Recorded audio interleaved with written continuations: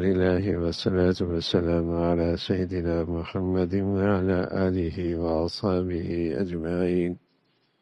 الحمد لله والصلاة والسلام على سيدنا محمد وعلى آله وأصحابه أجمعين. أما بعد فأعوذ بالله من الشيطان الرجيم. بسم الله الرحمن الرحيم. وكذلك بعثناهم يتساءلوا بينهم.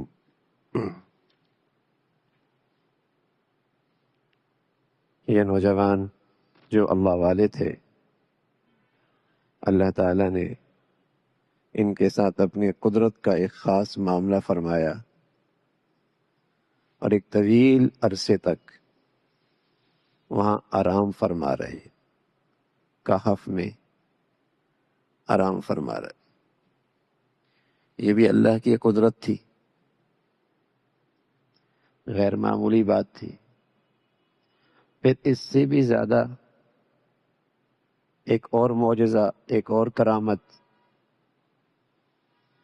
کہ جب بیدار ہوئے 300 سال کے بعد تو اللہ نے انہیں بیدار بھی کر دیا. اور جب بیدار کیا تو جسم میں اتنے طویل عرصے رہنے کے کوئی آثار نہیں تھے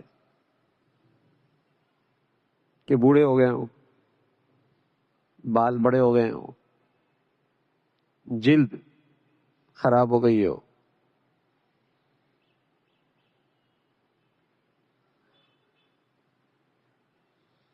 ایک تو ایک طویل عرصے تک سرایا، صحت بخش آرام گاہ پہاڑوں کے اندر اس کا انتظام کیا، اور جب بیدار فرمایا تو جسم پہ اس کے کوئی آثار نہیں. وہ روٹین کے نیند سمجھ رہے تھے. اس لیے جب اٹھے تو تقریباً سویرے ان پہ نیند طاری ہوئی اور شام کے قریب ان کی آنکھیں کھلی تو کچھ کہنے لگے آدھا دن ہوا، کچھ کہہ رہے سورج غروب ہو گیا، پورا دن ہو گیا.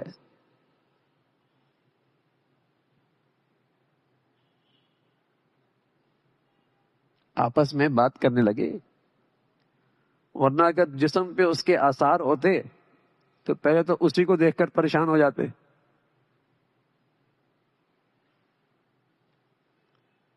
جسم ویسا ہی ہے. حضرت عزیر علیہ السلام اللہ نے ان پہ بھی نیند طاری کی تھی، ان کا بھی قرآن میں ذکر ہے، اور انہیں 100 سال کے بعد اٹھایا تھا.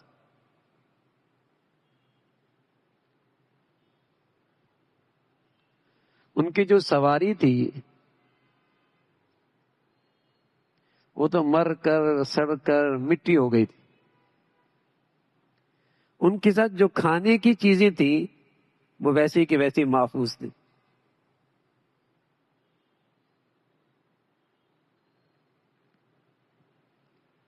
جو دیر سے خراب ہوتی ہے وہ تو ایک صدی کے بعد ختم ہو گئی، اور جو جلدی خراب ہوتی ہے وہ ویسی محفوظ.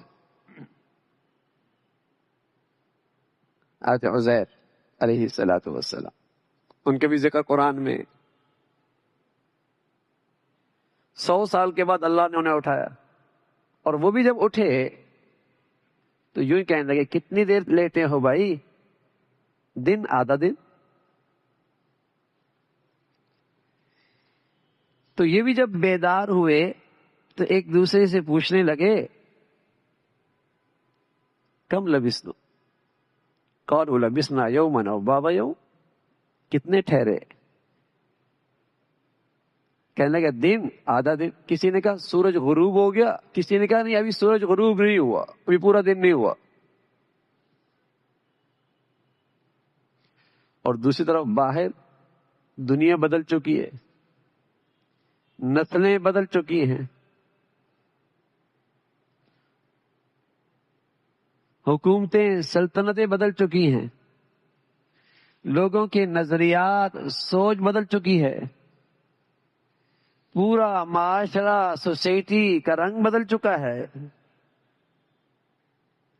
اور جہاں اللہ نے ان کے لیے آرام دہ رہائش بنائی تھی وہاں کچھ نہیں بدلا، وہ جسم ویسے کا ویسا ہی ہے۔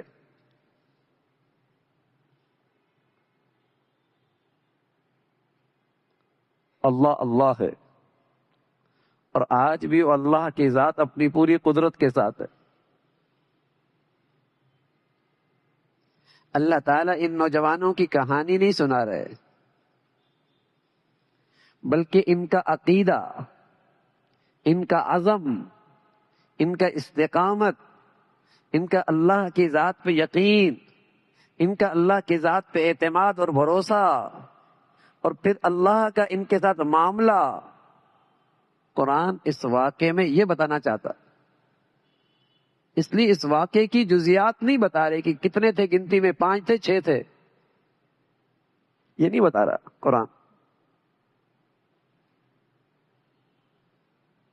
جس چیز میں کوئی عبرت نہیں، سبق نہیں، نصیحت نہیں، پیغام نہیں، قرآن اس واقعے کو، ان جزیات کو نہیں چھیڑتا، قصے کے ان پہلوؤں کو لیتا ہے، کیونکہ تاریخ کی کتاب نہیں ہے،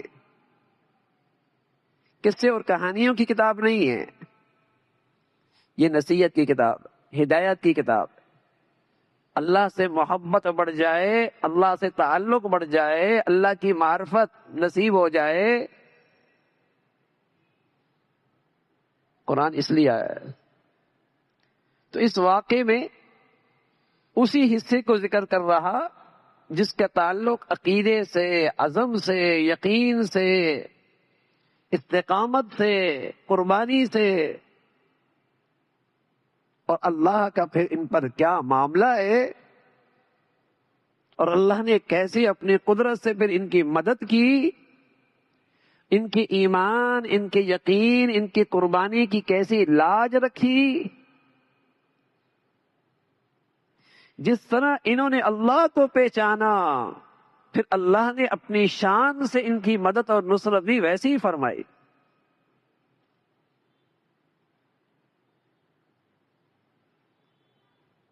تو کہنے لگے لبسنا یومن او بعض یوم، تو پھر آپس میں کہنے لگے ان باتوں میں کیا رکھا ہے، چھوڑو یہ معاملہ اللہ کے حوالے کر دو، آدھا دن ہوا ہے یا 2 دن ہوئے ہیں یا 1 دن ہوا ہے، اس معاملے کو اللہ کے حوالے کرو۔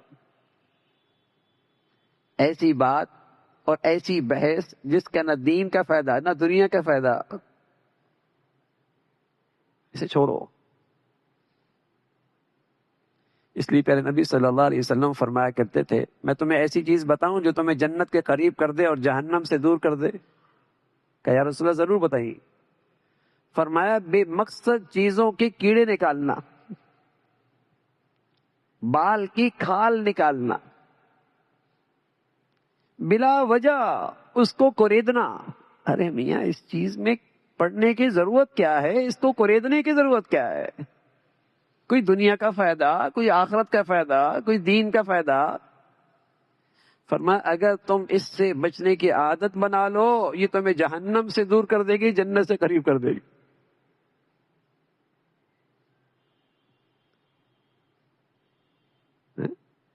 بس اوقات ہمیں ایسی لغویات اور ایسی فضولیات اور اگر ایسی بے مقصد چیزوں میں الجھا دیا جاتا ہے، بحث مباحثے کا ایسا بازار گرم ہوتا ہے، یعنی چیزوں میں ایسے پڑھ جاتے ہیں کہ ساری صلاحیتیں، سارا وقت اس میں ضائع ہو رہا ہو۔ فرمایا اس معاملے کو اللہ کے حوالے کر، ربکم اعلم بما لبثتم، اللہ خوب جانتے ہیں۔ اب ظاہر ہے جب بیدار ہوئے تو جسم کے تقاضے بھی ہیں، بھوک لگ گئی،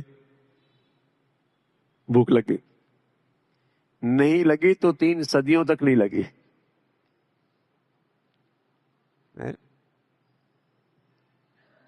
بعض نادان کہتے ہیں عیسیٰ علیہ الصلوۃ والسلام اگر آسمان پہ چلے گئے تو پھر وہ کھاتے پیتے کیسے؟ تو جو اللہ تعالی اس دنیا میں رکھ کر بغیر بھوکے پیاسے ہاں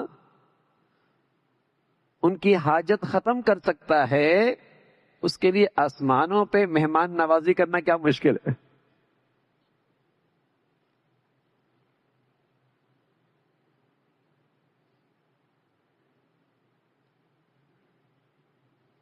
تو اٹھے تو بھوک لگ گئی، کہنے لگے فَبَعْثُوا أَحَدَكُمْ بِوَرِقِكُمْ هَٰذِهِ إِلَى الْمَدِينَةِ، گھر سے سکے تو لائے تھے اور سکے چاندی کے تھے۔ پہلے زمانے میں سونے کے سکے ہوتے تھے، اسے دینار کہتے ہیں، چاندی کے سکے ہوتے اسے درہم کہتے ہیں۔ اس بر صغیر میں بھی ہندوستان پاکستان بننے سے پہلے جو بر صغیر تھا تو روپیہ چاندی کے سکے میں تھا، بعد میں پھر اس میں دوسری دھات ملتی چلی گئی، چاندی کے سکے میں تھا۔ تو کہنے لگے انہوں نے بھی ایک اجتماعی پیسے اکٹھے کر رکھے تھے کہ اس میں سے ہم خرچہ کریں گے۔ اب جس نے جتنا دے دیا اب وہ اجتماعی ہو گئے، اس میں سے ایک نے پیسے نکالے اور ان میں سے ایک ساتھی کو کھانے کے لیے روانہ کیا۔ فَبَعْثُوا أَحَدَكُمْ بِوَرِقِكُمْ هَٰذِهِ الْمَدِينَةِ، تم اپنے میں سے کسی ایک کو بھیجو پیسے دے کر اس شہر کی طرف، شہر دور نہیں تھا۔ احدکم، واحد نہیں کہا، احد کہا۔ واحد عربی میں کہتے ہیں رئیس، اس پہ استعمال ہوتا تو اس کا معنی آتا ہے، اگر واحد ہوتا تو مطلب یہ کہ اپنے میں سے بڑے کو بھیجو۔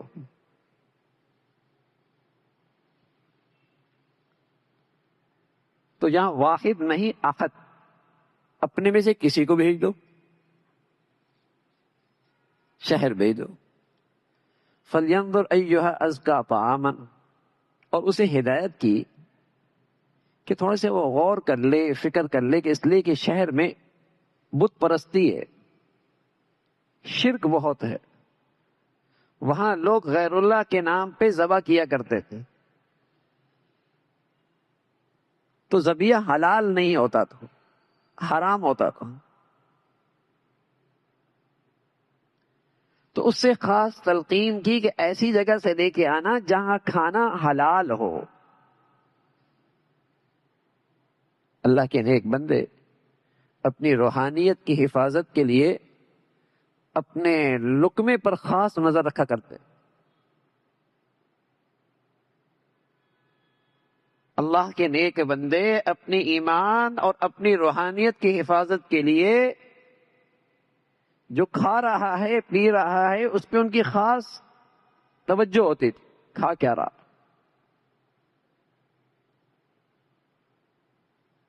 حلال ہے حرام ہے۔ پیارے نبی صلی اللہ علیہ وسلم نے فرمایا اللہ تعالی ہم سب کی حفاظت فرمائے، ایک وقت آئے گا لوگوں کو اس کی فکر ختم ہو جائے گی کہ حلال آ رہا ہے حرام آ رہا ہے، بس آنا چاہیے۔ گنتی بڑھ رہی ہے نا، اسٹیٹس اچھا ہو رہا ہے نا،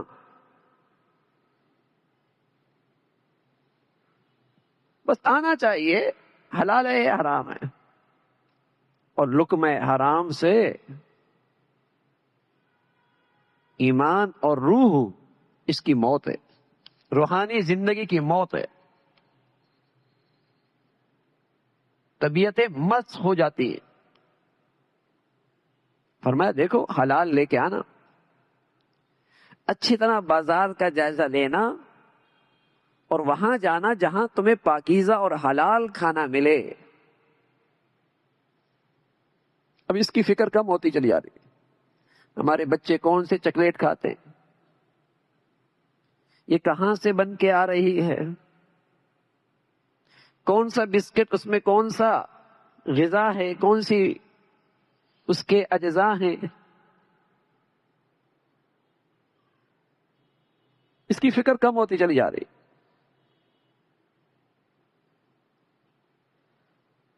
ذبیحہ کیسا ہے، کھانا کیسا ہے. تو اللہ کے نیک بندے تھے، اللہ نے خوب بصیرت دی تھی اور ایمان والی عقل دی تھی، اور کہا کہ ذرا خیال کر کے ایسا آدمی جائے جو پاکیزہ کھانا لے کے آئے. اور ساتھ یہ بھی فرمایا وَلْيَتَلَطَّفْ وَلَا يُشْعِرَنَّ بِكُمْ أَحَدًا، نرمی سے کام لے، کوئی ایسا انداز اختیار نہ کرے، کسی سے الجھے نہیں کہ لوگوں کو پتہ چل جائے کہ یہ وہی اسی گروہ کا فرد ہے جو روپوش ہو گیا. نرمی سے اور احتیاط سے، تاکہ کسی کو پتہ نہ لگ رہے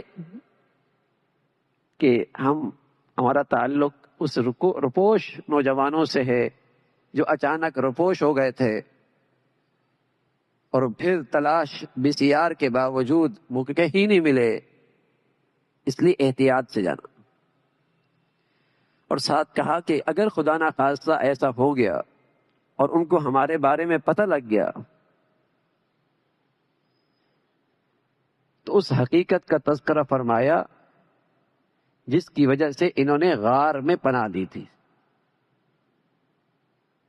اس حقیقت کا تذکرہ کہ اگر ان کو پتہ لگ گیا، کیونکہ بادشاہ وقت نے کہا تھا اگر تم اپنے اس نئے دین سے دستبردار نہ ہوئے تو میں تمہیں قتل کر دوں گا. تو کہنے لگے اگر انہیں پتہ لگ گیا یا تو ہمیں پتھر مار مار کے سنسار کر دیں گے اگر ہم نے ان کا عقیدہ قبول نہیں کیا، ان کا شرک قبول نہیں کیا، ان کا نظریہ قبول نہیں کیا، یا پھر دوسری صورت ہے کہ ہم اپنے دین سے دستبردار ہو جائیں اور مرتد ہو جائیں اور وہی شرک والی زندگی گزارنے لگیں. لیکن یہ راستہ ایسا ہے پھر ہم کبھی کامیاب نہیں ہوں، پھر ہم کبھی کامیاب نہیں.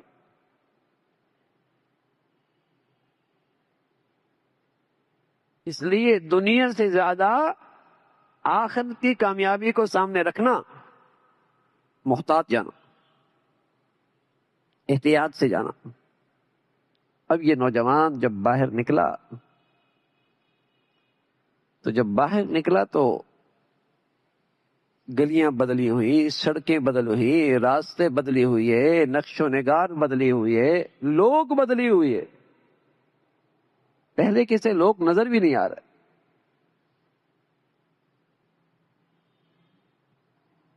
لیکن حیرانگی ضرور تھی، لیکن احتیاط بھی کرنی تھی، کسی سے پوچھنا بھی نہیں تھا اور اپنا کام کر کے واپس بھی لوٹنا تھا. تو دکاندار ہوٹل والے کے پاس گیا اور اس کے سامنے سکے رکھے. اس نے کہا میاں کھوٹے سکے دے رہے ہو، نئے سکے دو. حکومتیں بدلی، صدیاں گزری، سکے بھی بدل گئے. اس نے کہا سکے بدلے. اس نے دوسرے نکال کے دیے.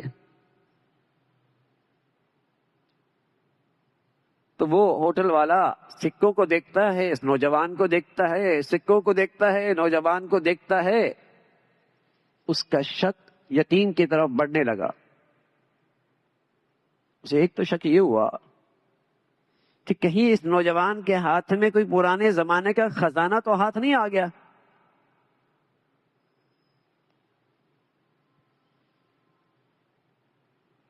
پھر جب اس کی شکل دیکھ رہا ہے تو پریشان ہو رہا ہے کہ یہ یہاں کا ہے بھی نہیں.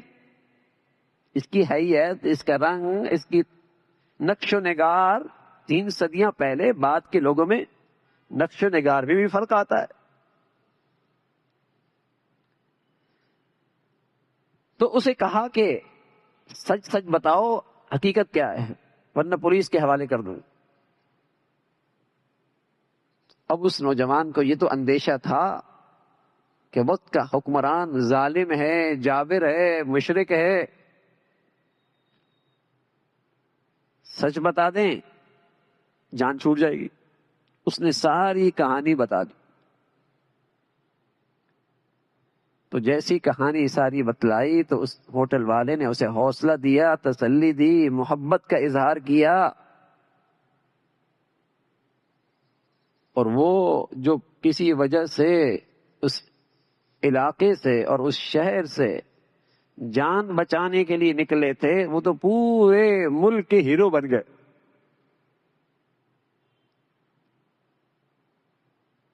آنن فانن خبر ہر مجلس کی، ہر محفل کی، ہر دکان کی، ہر گھر کی یہ خبر پھیل گئی کہ وہ نوجوان جو روپوش ہو گئے تھے وہ تو زندہ ہیں، کیونکہ یہ اس ملک کی بہت بڑی خبر تھی۔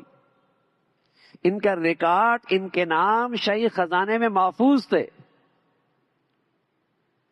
اور چونکہ وقت کا حکمران اللہ والا تھا، اللہ کا نیک بندہ تھا، اللہ کے ماننے والے تھے، دین سے، اہل دین سے محبت کرنے والے تھے، تو وہ ان نوجوانوں کی نام پر کوئی بڑی نشانی بنانا چاہتے تھے، تاکہ آئندہ نسلوں میں یہ بات باقی رہے کہ اللہ کے دین کی انہوں نے قربانی دی تھی، اور انہوں نے اس قدر استقامت کا مظاہرہ کیا تھا۔